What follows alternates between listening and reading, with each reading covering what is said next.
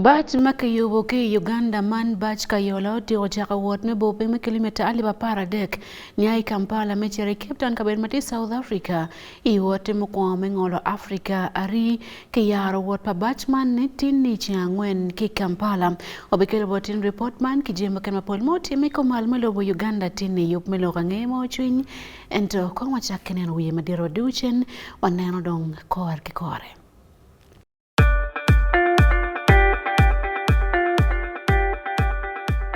At least the one thing for now we can all agree on is the soap to use. He likes that it's big and lasts long. Anti-economy. I like that it keeps my skin smooth. Ate alina echovu. And the children like that. It smells amazing. Everyone is happy. Movit soap comes in 4 fantastic flavors. Movit family soap is truly soap for the whole family. Movit. All day confidence.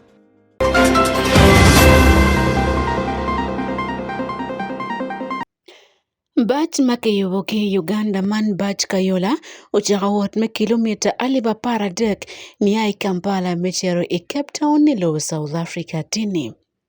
From the Kaveco, which some people say, but what is this? How can the whole of Makerere produce this?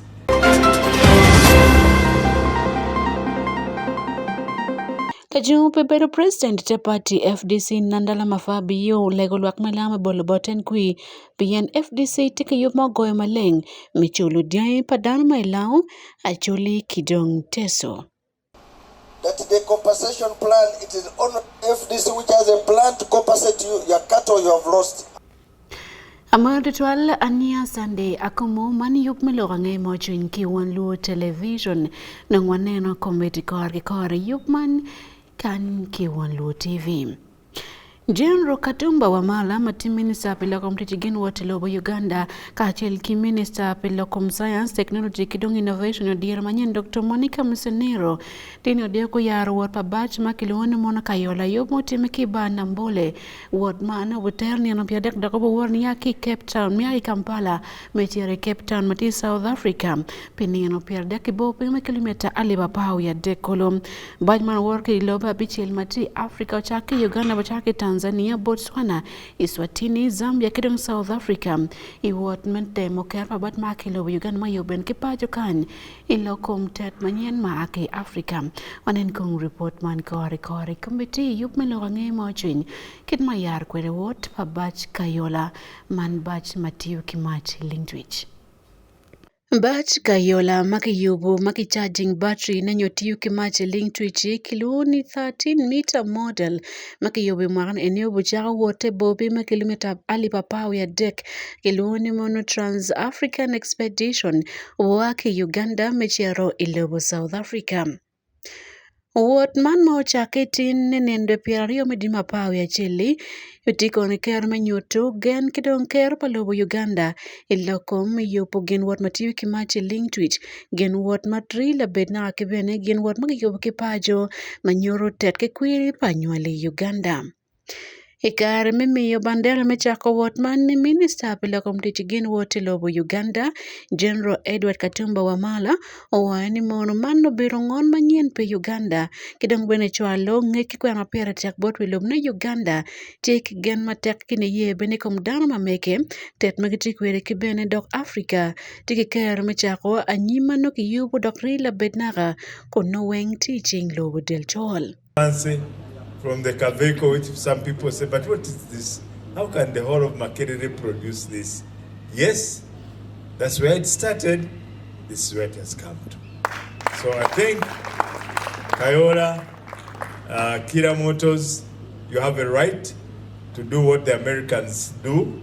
You know, the British, when they were teaching us, they used to say, never blow your trumpet. The Americans say it otherwise. They say, blow it and blow it hard.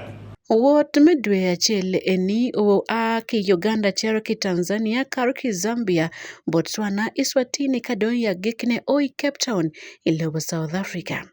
Ludiro man lutet kidong jomoken maketiki ng'et matute lokom gin wot gobo bor kachel kibach man we kunyot ket metri mano kichung kachel kwiri kidong bene betit paka yola coach ma obo wore kaben mapol loki bo piny mabot chwale. Batman dulme Kira Motors Corporation ayo yobo mangan ko yobo kayola e-coach 13M model 2025 maka yobo dakfuru bujawa wot makar Uganda pechene meachel. Batman ka cheki charging o chek matek ngweji bo ping me kilomita 100 mano fut bedaro mior ki charging mukene. Itumpo mara mokati la dit malo Dulman Paul Isaac Musasizi omiyungej bot President Yoweri Museveni mono bat magi yobo ni wengno kitemo ichuk kinoni tiyo ka bendang ma Paul gunyuro mai komepien tiyo maber. Eno weni mono wor ma Batman nungo woro wenga garibu doge e Uganda, Rwanda, Kenya kidung Tanzania tie waibo ping me kilomita 100 dok pono ket pero mekeni kin yo. Achen President Yoweri Museveni onyoro tam kichwake ben miyo kony matek bodul me Kira Motors Corporation. Bat ma ochaka wotini en kidong bat makene makayola yobo kache kiliero nyo chek matek nyo kichaji ngwejo ibo piny me kilomita makar 100. Kikombero padano piara bungwen ne bat makilun mono kayola EV ne kiyobo dok tikitet manyine rome kare mani tiben kitet makonyo dano magiti kipeko kingol mapat kikom manoti mopore pijo magi kibene kawot pa lela palongolo kijemo ken mapitego pedano magitika ko kingolo. Pelonga ngemo chwinyi iwanlu television ania Sunday yakumu.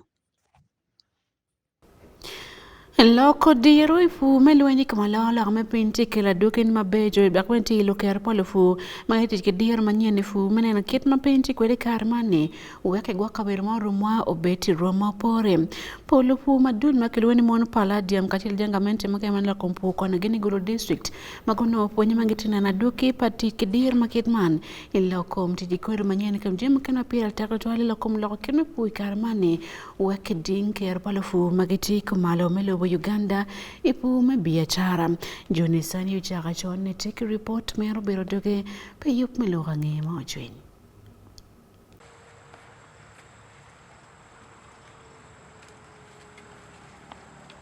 fu kidir malupe kilok me aloga piny tigien mabe bolu fu mapol makago keri e chwingi giramo kayo kaj mabe kiet makum kane biek ilok me fu dogo matek bodgi benu chan won kompala tieng farmers group mati ibuan tira igulu district wajoni fu kidiro manyen pire tek bolu fu owero fu gitika nyako nyige dok loko dire ifu malupe kia loga piny tika konyogi ifu wacha fu ma wano yubo kweri wa furu kweri watwale bolo fu wa werdo fu wa cham ko chen ma fu wa ko cheta indi wano wile foundation seat ki chele magala eni mo abien wa mio QDS 1 pot gen furu QDS 2 3 gi dugo da ko mi kweri pot wa ben tiek me kweri don wajani wano mi ko wano kweri ma wano furu wek kweri le do ben nga ki chele wa ko siat pot group wa ñu siat pot dan zakela la mo bir training lo com fake seats ma come le government kata kwera mata lo me fake seat permetta mi robe kori ma lengua chamo siate yo mo kera wadi na kurman ma nyan kombernia ko arpe ko no ma pe ko arpe ko ento siake rwama ma bo kelo chene kilo fu kelo chene bod yo ma ba parker wala business for example kene fo mo chele aka chele gur ma leng si no mo chele ne komberi pole bien 1.5 tons ne piero kilo piero der Jospin la mono la meba mela tieng farmers group bena oterni fukai furu ki diro manya ire tek dok wero la fukai kaj mabe ifune ko piero ful anyogi meno koiri ma ke choya meno koiri ma pigi tego ma wana oporge ma achara anyogi mo kene wa charo mo kene dong ber mi put skiti kot pe chwe marom kien karni tigi wai pok chon yat kot chao kene ini pier ke ne kit kot o chwe o chon bene ti ini pier en kori ma chel ma chalo ful gini e pier ro chon mo chele wana pier ro en kien me iduma bij manen pe o ya pa ki viene wana pier mo chele ka kenyo pingo no e dwe ma bi chele muchele no ka ching mono rien kanyo chi olo to rien chi kana chi kwan mono ma bien duma bier chi muchele a juma bor no muchele kuma yupa mabe chi no muchele ngaka juma bor. Patrick Ogektabu la fu mapiero anyugi kachel kisoya ila miano Yob village kalali Paris Paicho sub county dok la meba mi Paicho Central Kal Cooperative Society wajoni kumkara ni umio la fu upet jam gi rek wek obed mabe wa meta jem wa weng wa pier line me ario kwerwa wa meta ido John no beru ni ka wa pier kwerwa cha ber ario mier wa chak do kwerwa kidong ka che nen kwiti tika yelo kwerwa chalu kitamani ne anyoge ni no kwitu yelo ni wa kiero me adek kwerwa mier wa kwani kar mu pore pien jomo kana ka do chego cham dong weka iporo do ka timo gino kana kir ka dong chalo anyoge mando tuo weko wan o mier no kwani kar te ka dong tireri mier kwanyo kidong kito wa kwanyo kwere la bola nyoge mier ka bi kwanya nyoge ni ikwany mano pinyo tuo pe kwany mano kar chwe chalo kita kombe chwe ni pingo pien anyoge ni tike wen ne kaman kar chwe ni kano ra nyoge motuo ka bi ni ba wiye ko man bi no ngi en ngi ju ni ka ni ter kwere gang twi anyoge o kidong weka nyoge wa boko ka kero kar mabe quality no ruanyo Raymond Odogo Nyero Obinna la funy pa lufu me Gulo district umiyo tam ki lufu ni umiero guyeni alaga piny dong obino dok kupuonye me tich ki alaga piny man idok fu mabe loka piny me achiel miero wano ye ni alaga piny do obino manyuto ngoma dong wan miero tim machalo lufu miero wa ye ni alaga piny obino ubiberu kedwa manyuto miero wa fonye me ko ki alaga ping mai le mon wan wajini adaptation lok mo kene madong pire tek dak pire tek atika ene lok me kodi kumbere chane watiki kodi ma gichwer chiro cheng watiki kodi ma gichero yot watiki kodi ma gikanya nyei kituo pian pero ma alaga ping okeli wane en jami igoni cheng romo rienyo matek nyu waro bi ko ni ubi korbi dugi karne ne pe dugu nyu dugu chwe mana manyur ni mier wan kin yin la fuiti ki kodi ma twero chiro alaga ping ma ento twale en loka rien pa chingano ni aya me ario mireti ki kodi ma romo cheko yot Lodero giwacho ni wek lufugu no mogoba ifugi mier go bet kingech ikuma laga piny dok guti ki dir manyen ifugi malupe ki kare man me laga piny ni logange man la kiliwu ayedul me Palladium achel ki Vision Group pi Wanluo TV Jonisani uchaga chon Igulu district ridwe adek kinichu pian man tim na rice chiel mangweje ku nerwa komberwa por kan ngweje mabe lo suba mana chona pian suba chona ridwe bikulo La Jumpe Bero President Chapati Makilwani Mono Forum for Democratic Change Man FDC Yomajek Nandala Mafabio Legalwakma Lama Bolobotin Kui Wekelo Kui Matika Bino Imwaka Manyeni Mafabi Karmati Beauty Queen Apacho Wani Mono Lok Ni Mono Kibichulu Dia Padal Magarwini Ki Lao Achurigidong Tesnti Lokma Perutime Ento Myorke Wek Teachman Iching Ludir Kidong Gamente Manyen Me Party FDC Ena Wani Mono Gamente Ba President Yumusewe Na Wani Mono Gibichulu Dia Yari dok pa jude antaman po butime pen Uganda pagiti ker mechuro deman kitentan ki kapot FDC gitiki nen manyen magiti ko remenene ki churo de padano magoro dienge karmel wen ya chuli law ki dong teso wen wutum e yoma por ka bolo boten kui medoro president palobo Uganda Jasper Gwel oberutie Mayors Garden kama en Nandal Mafabi oberu kuine bodano magiti ya patch municipality ki iye kongen kelewa matute.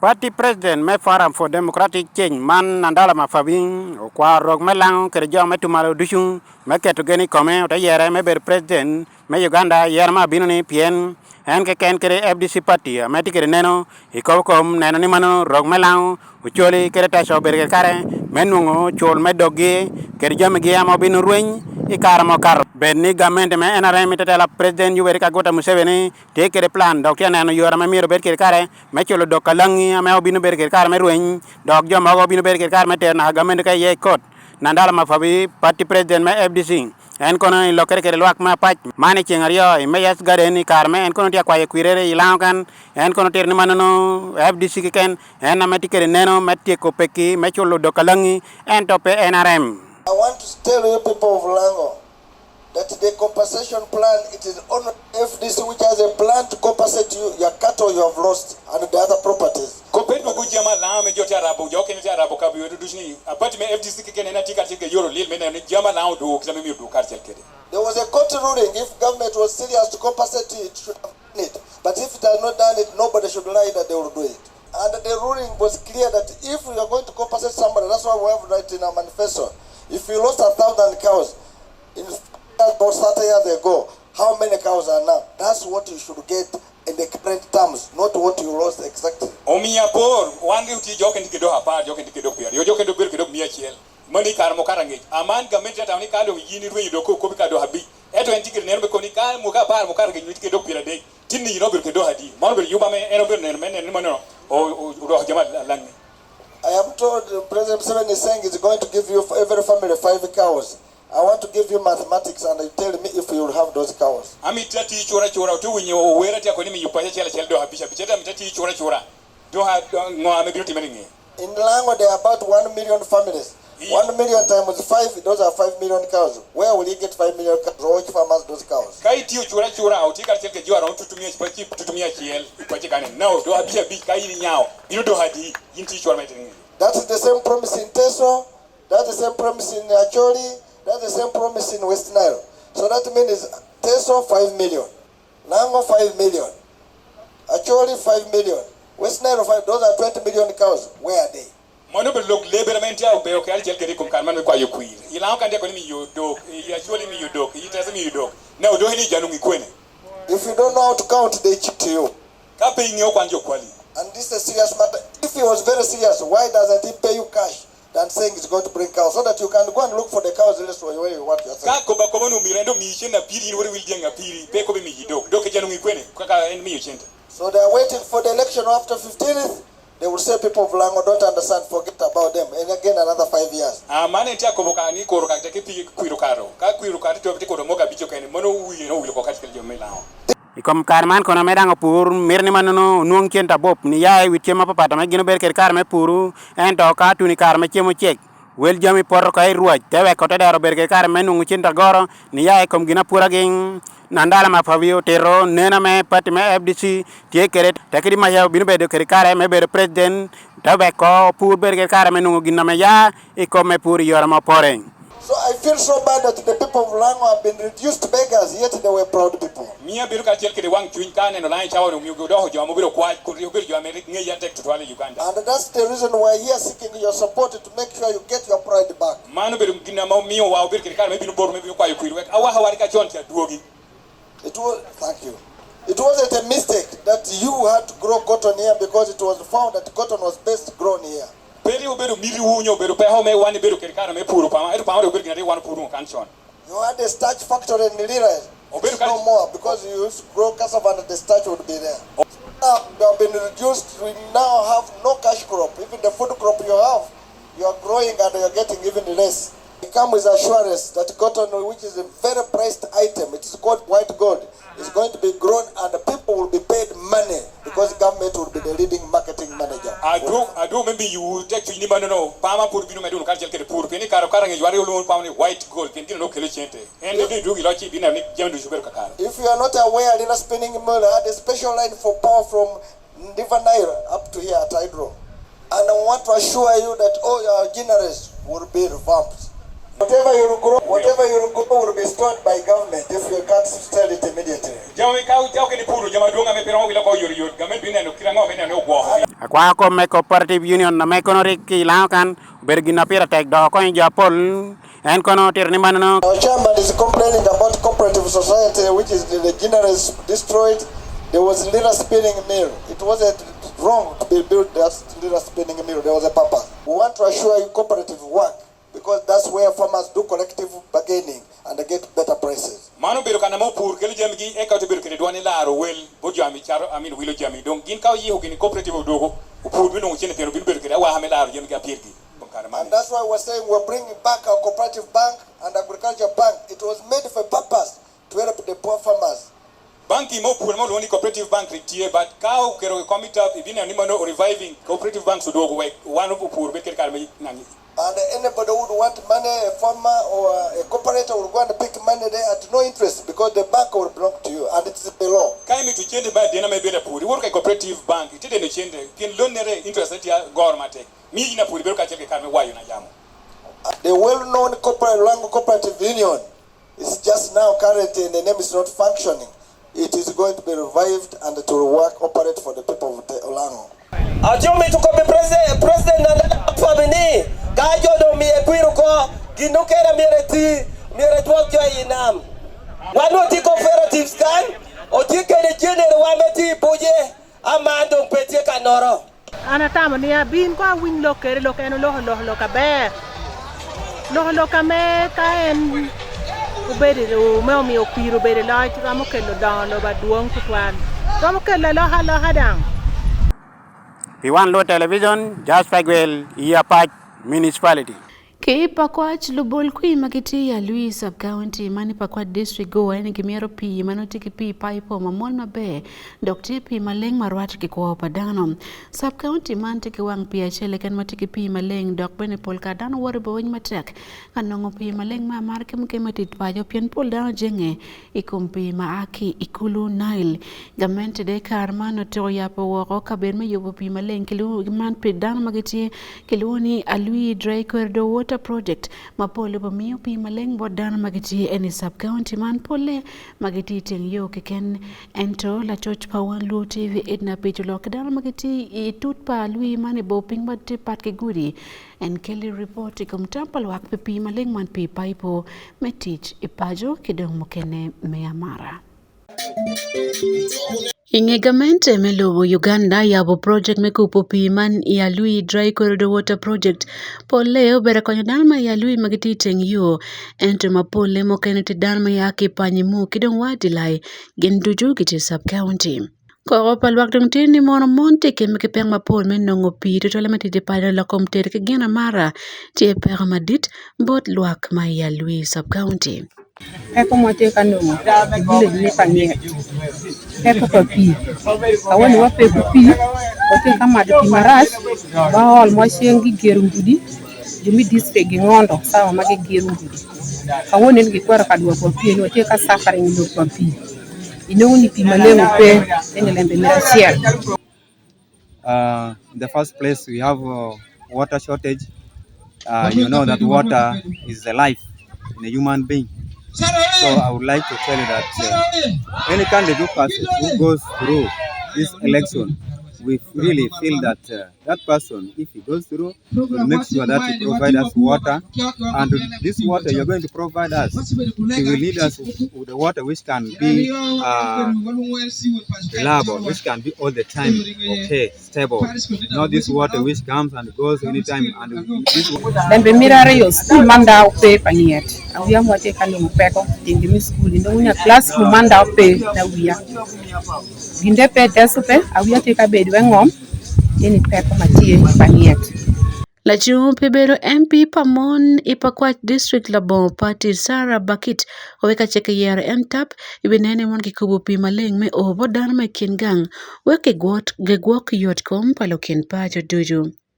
Jibe miu sende me gine me kilimba slenga di elif dakario ku Bang Village MK inebikai ka goy nyamtoro be me adi elif daka beach ku Bang Village ina no donga be paro ni akana obolo kidi Sarah Bakit ana chala Sarah Bakit abe chichi marom chala nyamtoro be timucha elif daka beach sende ma jibe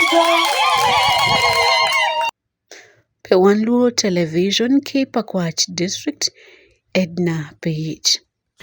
Again, machal kimeno dano makibero Enyio Parish kabero mativura county ya Rua district weni mongamente umara yopi maleng weko kony gin maber tani wake yobo tangi kibene yopo pem kijem mkene kenwe machiling tu doko kupachi kidon dano mapol magiti biachar weko pa dano beno woto bet mabe konu ikubu machipi maleng pedano magiti odi leka gany kwan kidon kabeno mkene meleka pa din Islam bene wek kwa obet mabe kabene ket oriat mo betiem mano bedo tampal wakar magitika neno kidmen loki dan moken mapol ikine obedo minister ma olimo man minister pelimi ot man minister matiri pelokom lim kidongo yupilwak engineer Gabriel Ajedra Aridru matichung pebedo MP pilwak Maivura County en military makochek pelo Uganda Robert Aria kakakili report matut ikom tampal wak magitie inyo parish man Ivura County. Aridru matika chung la bomba ndel bapati Mike tika piem kijua beach mokene igen la chung pa NRM man Lenia Charity Kevin la chung pa FDC John Anguyo kidong lu chung adek moken la bomba party gina ye Yovan Adrico matiko manika man maporo kui pa NRM primary Emmanuel Adradu kidong Dr. Madira Kefa Iloke bot one luo television Amos Nyondu matie dana maotegi char mokene matinyo parish owen monopagi matek loyo tilo kompi maleng. One is water shortage. We are wide, but if we take our rural areas, they tend to drink the ordinary water. That's why the number of protected springs are not enough, even the boreholes. So that's a major issue. Niyo parish matiki chara pa ni peti kiruang pima ken maleng mapole ken gang la bole tangi kidong man kulu manoka yobo wiye man kulu paipo matikin gangi. Nyondu wani mono kulu makingole wiye kipe man river ala bene tika yelo matek dan makiti pembele ko kidong puva makubu dan metiaro ichuk niyo kidong Avey Primary School niyo health center thiriki jemo ken mapola tama mero kon palwaki omeriki yubek dano uwot la boa yela. 2, we have rural network, road network is very poor. Particularly if you take the road from the church Pembroke here to Puva village, the stream here called Okabi, there is no connection, there is no even culvert. We use the local one, but they are already broken. So it's a very big problem. So the movement becomes difficult. Patrick Achidri won komelsa chelme esevu village matinyo parish wani mono dano gimero wipemo mero kubgin en esevu village kidong Aruacha Trading Center mati Anzu parish. We are here in Esevu village. Esevu village we are like an island. We are bordered by water sources. Just we cannot get. It's very hard for us to get the services from some of these villages surrounding us here. Chidri don leko minister machon mena laket ma yubo tanga apon mobile kingang kabeni ki yupo ngwipe mopde tunu miero beti makubu kindan mai esevo mechera I Aruacha Trading Center kidong parish mokeneni. So number one used to be water sources. We used to have a borehole here. Borehole we have been repairing for most times. Always we have been repairing these boreholes, but the condition this time is very worse. We still need rehabilitation with this borehole. Naiti atizuyo matedan mabedi Puva village niyo parish wani monopekpa mondong timatek nge wori bo pinga inikod mayot komechi yarwe niyo health center 3 malong kime romni yake health center tudok pol man weko mon moken mapol ginyuale ken yola bong oyat. Eyo kodarere yo kala hivuri amavle Puva village ya mu famani ira eregega yediro te inder basini riko ayaiwe rizure nzela mavure bebinda sub county bindra mani nzela fe godrisi project fezo te pere donzela na bafani riko dara zavene vurakasta munizo ini pinyo market bere dara zayo. Atizuyo bano merne mono pe gen magiti char man gimero yoro yot gen makubo gen mechero ichuk nyiyo makun kingolo wikulo ala.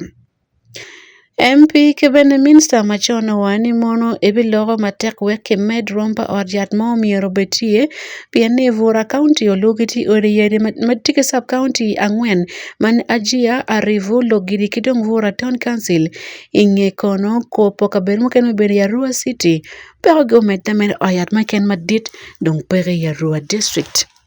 Parliament. I used to do a lot of borehole rehabilitation, and we did quite a number of them in the constituency. And also the spring wells. We built a number of spring wells, and that's why in our last rally there, you see that they said this spring wall was only built by you, and it's still working.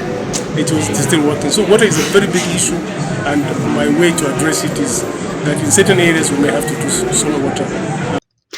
Eyob mebito kui palo chumpe bedo MP Uganda ochaka ninda pamdi mapawi achel imwagane eni obutum inda pawi adek medrumi achel imwaga manyan kadong bolo kui chot tinda pawi abich medrumi achel imwaga alibario piario ya bichel. Pe Wanluo Television ke Yarua District Robert Ariaka.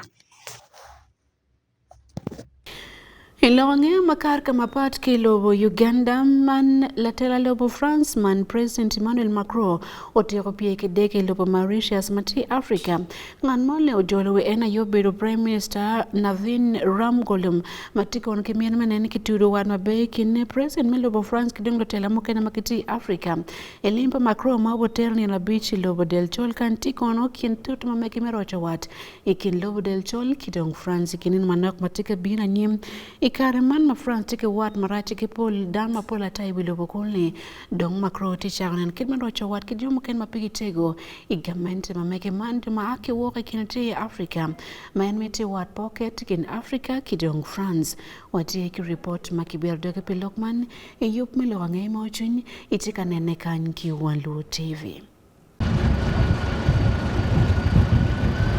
Emmanuel Macron latela palopo France chiangwen o ibadege me Mauritius limini na bichi Africa meneno ketmecha otu duwat manyen kibene duwako chen keropa France ilobo me Africa kamade karman watika bale me damerani. Macron kijolo en ki Port Louis kaberu matichok ki Indian Ocean man ilobo Mauritius ngat majolo en ayobedo Prime Minister palobo en Mauritius.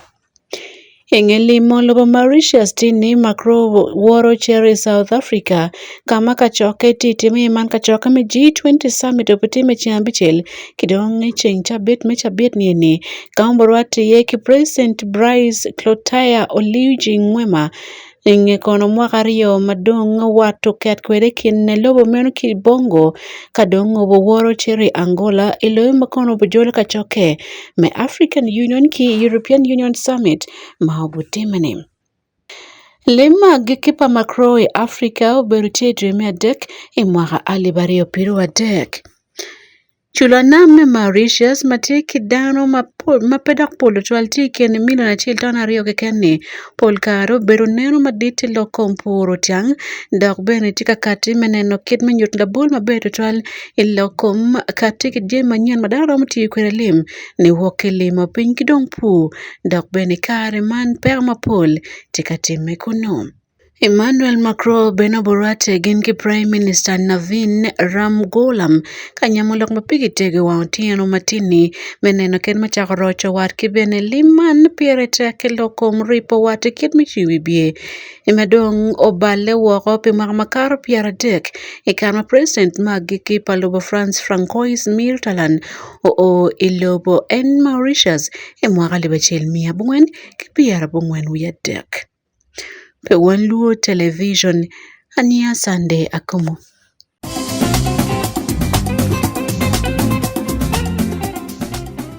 Hello wange mama biashara kimiyo tambolo chat wil kijomo ken mamer donye lokom chat ki wil machat ki internet we ko pekilo chat kilo wil muken mapol magitiko no en ni woke internet taman dul monyo agotam kilo chat wil magitigo lo city gul university ayo bero dul makilonge ni mono brighter Monday Uganda kidong Mastercard Foundation lodge pa dul me brighter Monday Uganda ko wani mon pol kada mapol pe par pe internet meti chat wil entertainment yo chel me ko polo wil kilo chat mapoli kabero duju matito klo man mapat wanen kong kibo David Magere ilorangea ikom biachara Lokman kono kati kudiko mecheng angwen ki Gulu University Library ikar menyo agotam madul me Brighter Monday Uganda kachel ki Mastercard Foundation go yobo iteno kwot gilu wodgi ilok metimo birachara gi ilu malo ruom me kube kum karman inoni lok ma aki bodo lodge me Brighter Monday Uganda kono guter ni meno pol kar dano ma pol gi kok ni tich peke kum karman eno nogu rem gi ngech ma mete butich ma papat machalo tich nyonyo computer tich ki tet ma malo machalo artificial intelligence kin je mukene Raymond Kakuba matie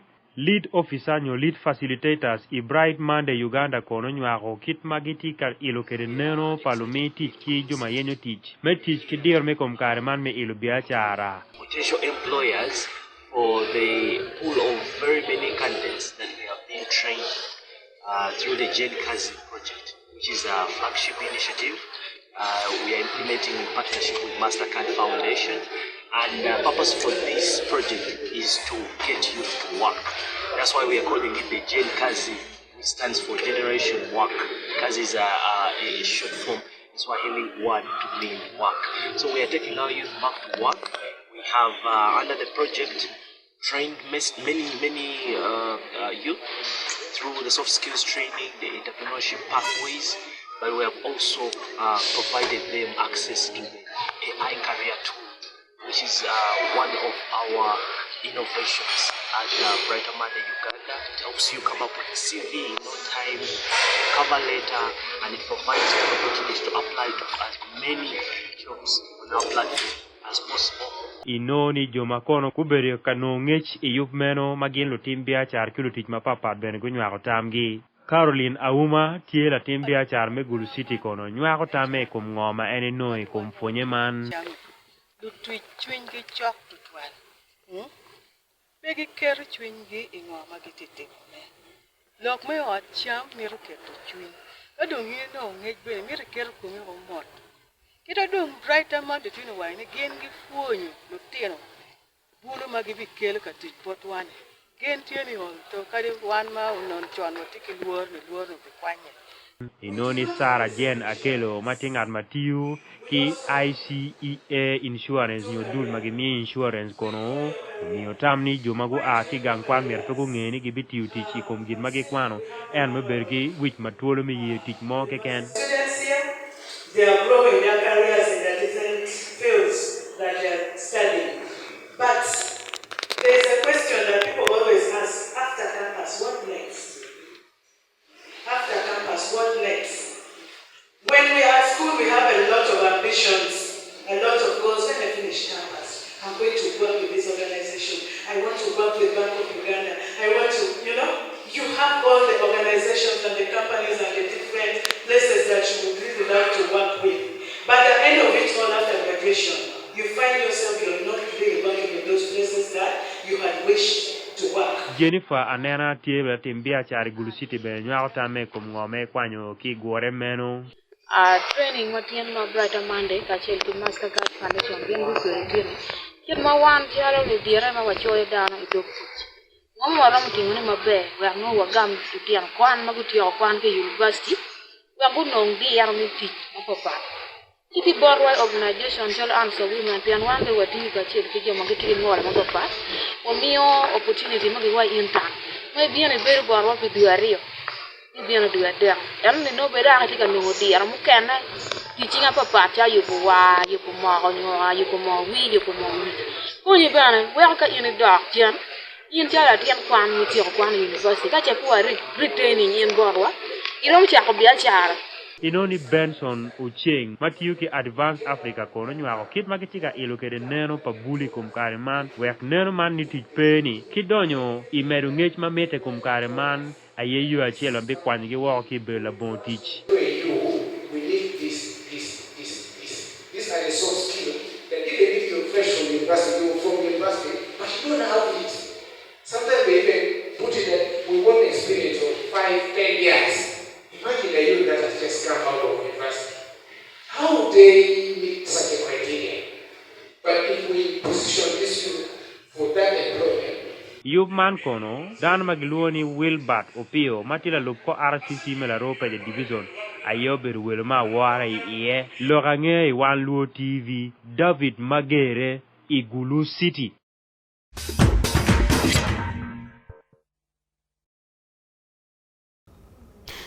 Welcome to Utimpalo Uganda magiti mwaka par bia dokore pingman under 17 Uganda Cubs gocha godok fonye malieti ngeturo mauti megen go fonye ki idaya odawa stadium matie Ethiopia ingeturo mala wuko goe manturo me group B mauti mikom Sudan gol no bero abungwe nikom not karebe komeno Uganda fudite nambario iko Tanzania group D gen gitiki points apao ya Birman Tanzania kana Uganda tiki points apao ya Dek Razik Kenneth Kothari Kelly report ikomponye pa Uganda Cubs.